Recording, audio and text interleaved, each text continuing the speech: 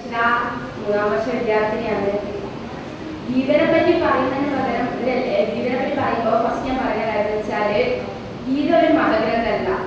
ഇവിടെ ഉദ്ദേശിച്ച് കുറെ പറഞ്ഞു ഗീതനെ പറ്റി. എന്നാലും ഞാൻ ഗീതനെ പറ്റി പറയാന്ന് വെച്ചാല് താഴ്ന്ന ഒരു മനുഷ്യനെ ഉയർത്തേണ്ടിയിരിക്കുന്ന ഒരു ശക്തിയാണ് ശരിക്കും പറഞ്ഞ ഭഗവത്ഗീത.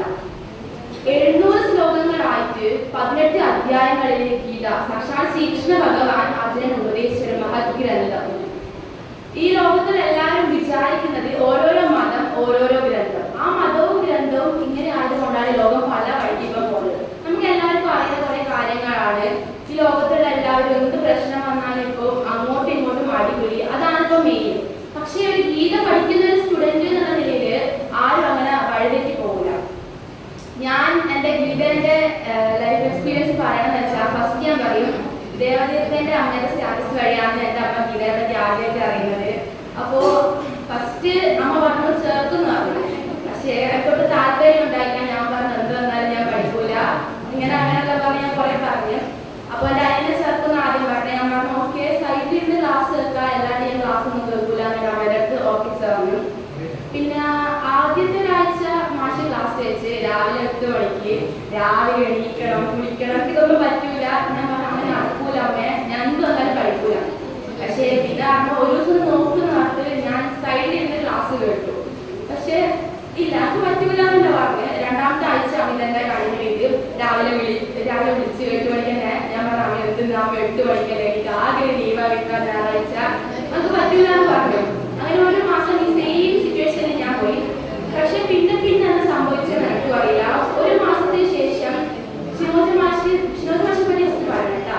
ഷിനോജ് മാഷ് എങ്ങനെയാന്ന് വെച്ചാല് കുറെ കഥയും മോട്ടിവേഷൻ എല്ലാം ചെയ്തുകൊണ്ടാണ് മാഷ് ക്ലാസ് പറയാം. അപ്പോൾ മാഷിന്റെ കഥ അനുസരിച്ച് ഇഷ്ടപ്പെടാൻ തുടങ്ങി. മാഷ് പറയുന്ന രീതി ആ ഒരു ഇതെല്ലാം കണ്ട ആൾക്കാരും ഒരു ഇഷ്ടം തോന്നുന്നുണ്ടോ അങ്ങനെ തോന്നി തുടങ്ങി. അപ്പൊ ഞാൻ എന്ത് ചെയ്യും ഓക്കെ മാഷിന്റെ ഗീത പഠിക്കൂല, മാഷിന്റെ ക്ലാസ് മാത്രം അതായത് കഥയും അതെല്ലാം മാത്രം കേട്ടിട്ട് ഇതാക്കാൻ വെച്ചത്.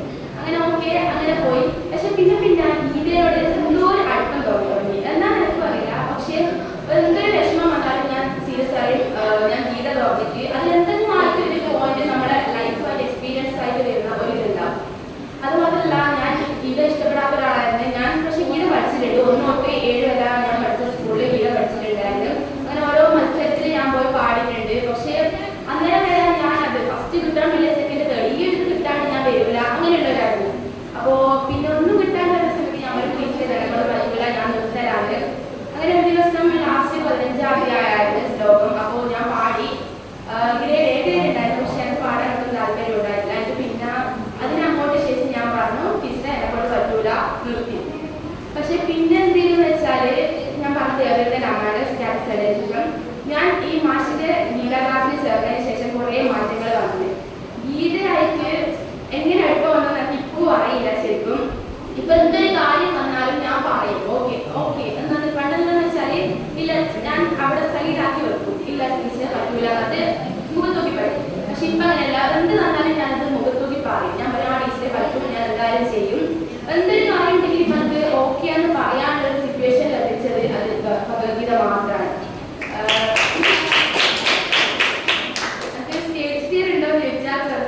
ആൾക്കാരൊന്നും ഇങ്ങനെ പറയുന്ന സമയത്ത് പക്ഷെ ഇന്ന് ഞാൻ നിങ്ങളെല്ലാം മുമ്പിൽ ഇങ്ങനെ പറയുന്നുണ്ടെങ്കിൽ അത് ഷിനോജ് മാഷും ഭഗവത്ഗീത മാത്രമാണ് കാരണം.